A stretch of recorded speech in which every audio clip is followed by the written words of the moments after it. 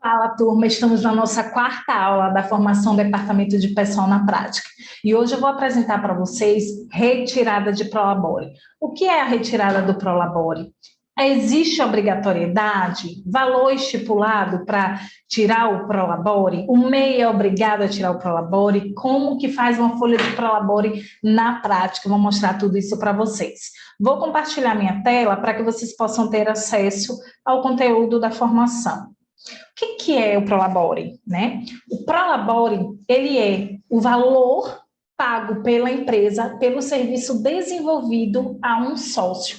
Ou seja, o sócio que ele trabalha na empresa, ele tem direito a um Prolabore, a um salário pago pela sua empresa. Sim. Por quê? Porque o sócio, ele tem uma personalidade de pessoa física. Ele tem as suas necessidades, eles têm os seus desejos a serem realizados. Assim como uma empresa, ela tem as suas despesas, os seus custos, né, para os serviços que presta, custo para a mercadoria, seus produtos que ela revende. Então, o sócio, assim como a empresa, ambos têm necessidades básicas a serem cumpridas, que a empresa ela proporciona isso para eles. Porém, é o seguinte, nem todo faturamento da empresa quer dizer que é o lucro para o sócio, certo? O sócio, diante de todo esse faturamento, o sócio ele pode fazer a retirada do seu Prolabore, a retirada do seu salário, né? O que é que acontece? Ao menos o sócio administrador deve fazer essa retirada do Prolabore.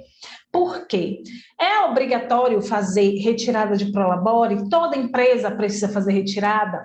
Nossa legislação não é clara quanto à obrigatoriedade. Não existe uma obrigatoriedade. Porém, o que é que acontece? A Receita Federal, ela entende que se um CNPJ está tendo movimentação financeira, ele está tendo faturamento. E a pessoa responsável por trás dessa empresa, que é o sócio, ele está tirando a sua fatia sobre esse faturamento. Então, quer dizer que ele está tirando o lucro dele sobre todas as vendas do faturamento.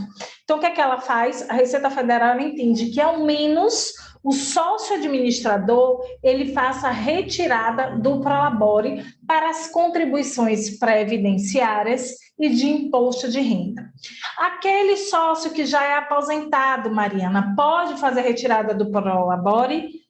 Deve, se ele for um sócio administrador de determinada empresa, deve fazer a retirada do Prolabore. Só o que a gente precisa chamar atenção para esse tipo de cliente, que é um sócio administrador aposentado, é que a contribuição que ele vai fazer previdenciária, ou seja, o pagamento de INSS sobre o seu salário de Prolabore, ela não vai somar para a sua aposentadoria atual e ele não vai ter direito a um novo benefício, como, por exemplo, se ele precisar de um afastamento por auxílio-doença, por exemplo, ou uma sócia por afastamento de licença maternidade, né? Que no caso ali, uma aposentada, provavelmente ela não vai ter mais um filho, mas se ocorrer, ela não tem direito a receber 2 benefícios, porque perante a Previdência Social não é permitido receber 2 benefícios. Então, fica ali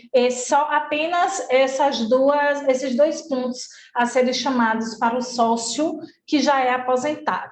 Uma questão que a gente não ouve muito falar é que esses sócios também, se for da vontade do sócio, ele pode também fazer o recolhimento de FGTS sobre o Prolabore. Sim, só que tem algumas questões que a gente vai falar um pouquinho mais lá na frente, tá? Como definir o valor de retirada de Prolabore? É o seguinte, não existe uma regra básica para definir um valor de retirada de Prolabore. Só que o que a gente pode orientar o nosso cliente? É que ele tem que tirar ao menos o salário mínimo e não existe um teto, por mais que o teto previdenciário seja R$ 7.000. Então, ele pode tirar 11 mil, 12 mil, 13 mil reais. O que a gente pode salientar? Que é o seguinte, o valor da contribuição previdenciária ela não vai alterar referente ao teto previdenciário, de 6 mil alguma coisa, vai ficar ali fixo, aquele valor da contribuição previdenciária, porém, esse valor que o empregador ele está pagando de retirada de prolabore para o imposto de renda é que vai alterar totalmente. Ou seja, se um sócio quer tirar 10 mil reais de prolabore, vai alterar na contribuição previdenciária? Não, ele vai continuar recolhendo conforme o teto previdenciário. Porém, o que vai influenciar diretamente é no valor do imposto de renda, que realmente vai fazer a contagem ali desse valor em cima desses 10 mil reais, ok? Mas como é que definir? O que a gente pode orientar o nosso cliente? Vai sentar os sócios da empresa e eles vão definir entre si de acordo com a atividade exercida por cada sócio dentro da empresa. O que precisa se ver é o seguinte, não adianta ele colocar um prolabore de 10 mil reais para cada sócio, se a empresa ela fatura, vamos supor, 15 mil reais. Vai dar para manter a empresa com esse valor de 5 mil reais, os custos, as despesas?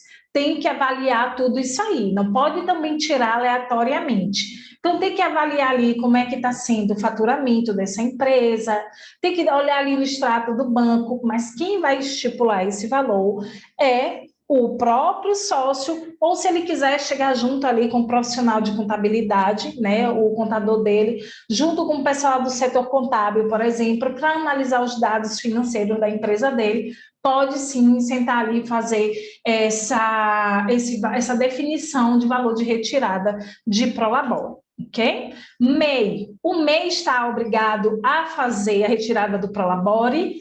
Não.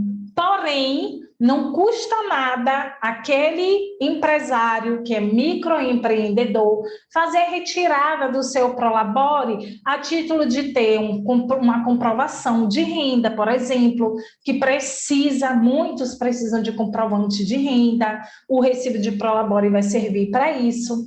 O recibo de prolabore também vai servir para que ele fixe um salário a receber, porque muitas vezes o MEI ele é o marketing, o vendedor, o produtor dos seus serviços, dos seus produtos, né? Ele é o financeiro, ele é tudo na empresa. Então, é importante que a gente, como profissional de contabilidade, oriente esses microempresários a ter o seu salário fixo na sua empresa e fazer a retirada do prolabore. Só que é o seguinte, o valor que o MEI vai recolher de INSS sobre esse prolabore não vai somar, como, por exemplo, para um afastamento, se for necessidade. Por quê? Porque o MEI ele já paga em cima do DAS dele o valor da contribuição previdenciária em cima do salário mínimo. Então, esse valor de INSS aí é que não vai contar muito para o MEI, né, que retira o prolabore. Agora, vamos aí à prática, que eu vou mostrar para vocês como é que funciona. Primeiro, deixa eu falar aqui uma coisa para vocês. Além do prolabore, esse sócio também pode fazer uma retirada de distribuição de lucros.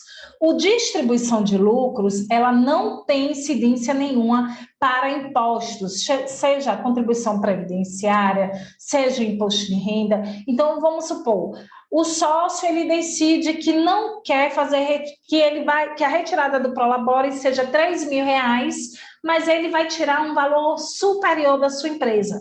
Para que isso não deixe de ser registrado, ele pode tirar 13 mil reais de prolabore e 2 mil reais, como por exemplo, de distribuição de lucros. Ele não vai pagar imposto sobre a distribuição de lucros, é o que é o estalo aí do bom profissional, o consultor, que não é apenas um assessor contábil. É uma dica que eu posso dar aí para vocês, tá? Vamos lá que eu vou mostrar aqui para vocês como é que funciona a folha de prolabore na prática. A folha de prolabore é o seguinte, time, prolabore na prática. Por mais que a empresa ela não tenha funcionários, ou seja, não tenha folha de pagamento para empregado, a empresa que decide fazer a retirada de Prolabore, é necessário que o departamento de pessoal faça uma folha de pagamento para o Prolabore. Por quê? Porque você é o responsável por transmitir as informações para a Cefip, as informações para o E-Social, para a DCTF Web, por exemplo. Então, a gente precisa emitir uma folha de pagamento. Vamos fazer aqui na nossa empresa, exemplo, todos os dados que constam aqui são dados fictícios, então não tem nada pessoal aqui, certo? Vai ter aqui, vamos lá, vou abrir aqui um cadastro de contribuintes e vocês vão ver que a gente está aqui numa empresa exemplo, simples, e todas essas informações aqui de Francisco é uma pessoa que não existe esses dados aqui. É justamente para, essa empresa foi criada justamente para que a gente possa fazer essa forma, trazer esse trabalho para vocês didático, tá? Vamos lá. Francisco de Moura é um sócio, um contribuinte.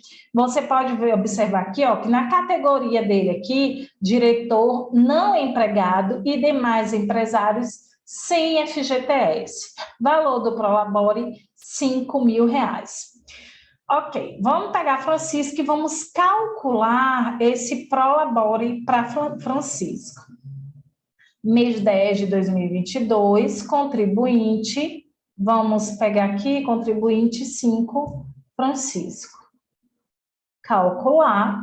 Vocês vão observar que o cálculo da folha do Prolabore não é tão diferente como o cálculo da folha de empregados, tá? O que diferencia são alguns pontos bem poucos. Vamos abrir aqui para a gente ver. Bom, ele calculou. Observe aqui, vou abrir na folha, relatório folha, para que vocês possam entender, fica melhor, de visualização. Folha de Francisco calculada, a gente vai emitir o relatório da folha.